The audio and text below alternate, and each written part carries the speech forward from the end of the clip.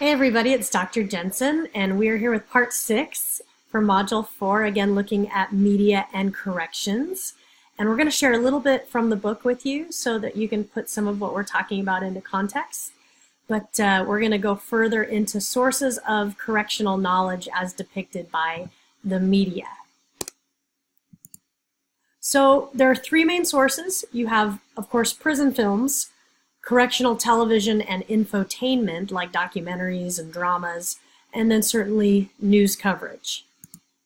So the first one, prison films, are really the primary source of knowledge about correctional issues in the media. It's the most dominant source.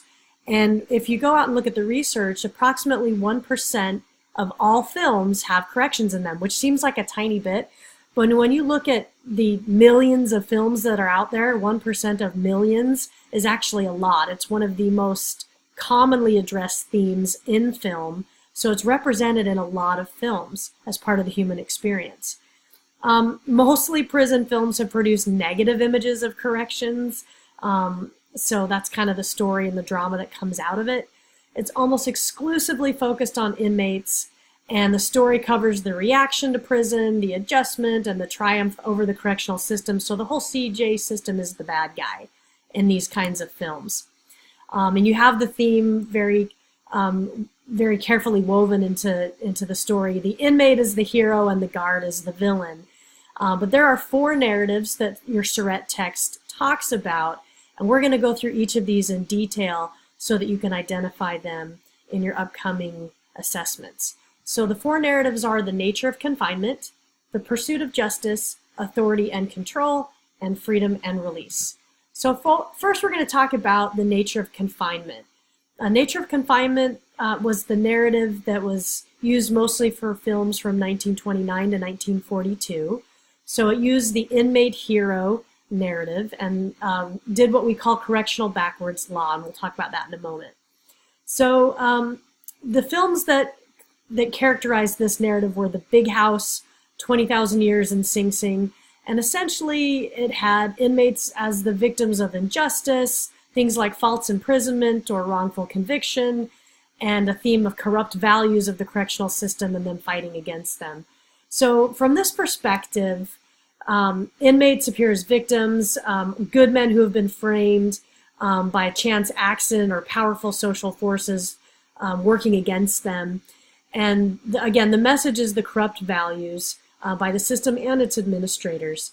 So this first era that was established really cemented the correctional backwards law common to prison films. And in prison films, the correctional backwards law works through what we call role reversal that comes from the dynamic of the underdog. Wrongly jailed inmates pitted against really oppressive correctional employees, and the inmate hero was really born in this era and has really dominated the portrait of corrections in film ever since. So this is a really important narrative to begin things with. The second narrative is pursuit of justice. And this was a narrative that dominated films from 1943 to 1962, again, approximately 20 years. And this is where we saw offenders as personally responsible for their actions, so this is very punitive, and a focus on the flaws of the criminal rather than flaws in the criminal justice system, really focusing on that person's journey of rehabilitation. And these films, like Birdman of Alcatraz or Riot in Cell Block 11, are really good examples of this narrative. Again, it's kind of a hopeful narrative that people can change through punishment and incarceration. These films also had a focus on violence in prison, and then they basically share the nature of confinement through violence. But offenders are responsible for their actions, and confinement is justified, meaning this is their just desert. And again, the focus was on the flaw of the criminal, and you did focus on things like riots, escapes, and inmate guard hostilities. It largely focused on rehabilitation. So this is the pursuit of justice, justice winning over all. The third era was authority and control, which was another very dominant narrative from 1963 to 1980. And this was exemplified by films like Cool Hand Luke, which is one of my favorites, and Escape from Alcatraz. So they were, kind of captivating to watch. And if you've never seen Cool Hand Luke, I encourage you to watch it. It's really a classic film and has a lot of other attributes and accolades in its own right. But this era was really a pessimistic view of corrections against that continuing backdrop of riots and escapes. And it still was saying that the offender confinement was justified, but it's more for less serious offenses. So it starts to say, hey, are we really incarcerating for long periods of time really petty things? It's asking that question. And this era is really significant for bringing forward something called a smug hack portrait of correctional officers as the evil foil of the inmate heroes. We're going to talk more about the smug hack later. But the officer corruption is portrayed as universal. They all do it. They're all plotting against us. And the world of corrections is a freestanding ecosystem where you have corruption and everyone's their own island and you're separated from society, and there's an isolated system of prison life where you have to barter and trade and have relationships. And it became subject to exploitation, producing unrealistic media portrayals of actual real prison problems that were occurring, like rape and racism, gangs, and drugs. So that's some of what we got out of Authority and Control. The last narrative is Freedom and Release, and this is the narrative that is the most current and dominating films today. Often we see it depicted in some kind of futuristic science fiction film, or maybe an early era depiction going back in history and reconstructing it a little bit, or what we call a prison action film. You get extreme violence in these. It humanizes the inmates, but it also vilifies the guards. But the true needs and issues of corrections are often distorted. So a current example would be Shawshank Redemption, which we brought up earlier, and The Fortress. So these kinds of films were really about the ambiguity and confusion about the function and role of prisons in modern society. And again, focusing on the humanizing or dehumanizing process of the inmates and the guards. It introduces the idea of institutionalization, where you become a product of the system rather than an individual. In this era, the keepers are certifiably insane and crazy and machine-like. You get images of prison violence, rape, and death in these kinds of films.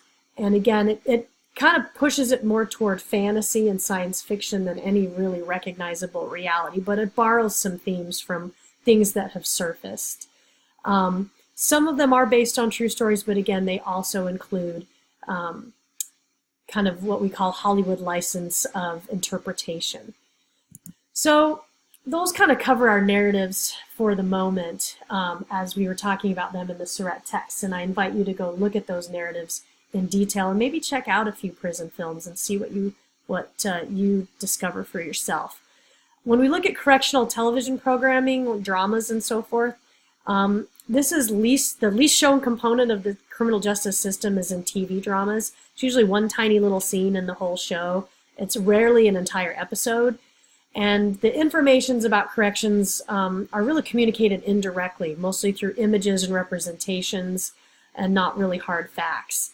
And it has more to do with the story and the character and a setting than an actual theme or looking at an institution. But essentially, when they are a part of a TV show, they are portrayed as ineffective, very ill-equipped, not able to rehabilitate criminals, subject to mistakes like early release when the person reoffends. And corrections is really just a stepping stone to something greater in the show or a greater punishment. So that's some of what we see in TV. When we talk about correctional infotainment, we're talking about reality dramas and documentaries. And these are attempting to portray a more realistic prison film, but you don't see as many of these. There have not been a lot of demand for these types of products because when compared to prison films, the question for directors and producers is what else can we offer? If we're showing reality, there's only so much we can do with reality. We can't create the story and we can't control it. Officers are still very reluctant to participate in filming that goes on inside a prison for the purposes of a reality drama or a documentary, because they don't get the choice of how they're depicted, and you can understandably see why that would be a problem. And programming is really not likely to result in more public support for prisons. Usually people have more negative opinions of them, but that's what we see when we look at infotainment. Finally, we're going to wrap up with news. News about corrections is actually greater proportionally related to other CJ areas like law enforcement and the courts than other sources of correctional knowledge. And so we actually get a little more coverage here. But the focus is on the inmates. It really ignores the staff. They're just kind of faceless, mindless people in the background that are not worth telling a story about. Most focus on another component like an offender's commitment to prison, the behavior while they're on parole, or maybe their upcoming execution. So the prison is kind of in the background. They are usually not the main focus of the story. And actual coverage of corrections as the focus is really limited to extraordinary events like escapes, or maybe we're getting rid of a prison, we're bulldozing it, we're rebuilding it.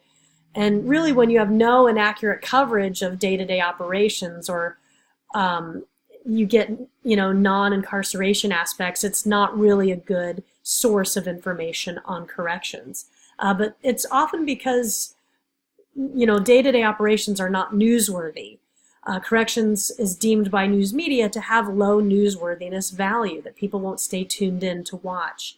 And it can be really difficult to produce corrections stories because of the limited access and the time needed to get access, and it's just kind of a lot of gatekeeping, literally and figuratively, to try to get that information. Allowing the officials to control the flow of information. Some of them have to approve the story before it goes out. And then sometimes even then you can't control what the media says. So inside information like inmates and inmate families, prison support or prisoner rights groups can get covered as well. But again, there's no ability to control access through need for coverage. So you don't see as much of that. And reporters also have a limited prior knowledge of corrections. So they're going in not very well informed, not sure what to report on and what to create. There's three typical stories that dominate news media coverage of corrections. The first big one is failure to protect the public. That is newsworthy. They're not doing their job, they're inadequate.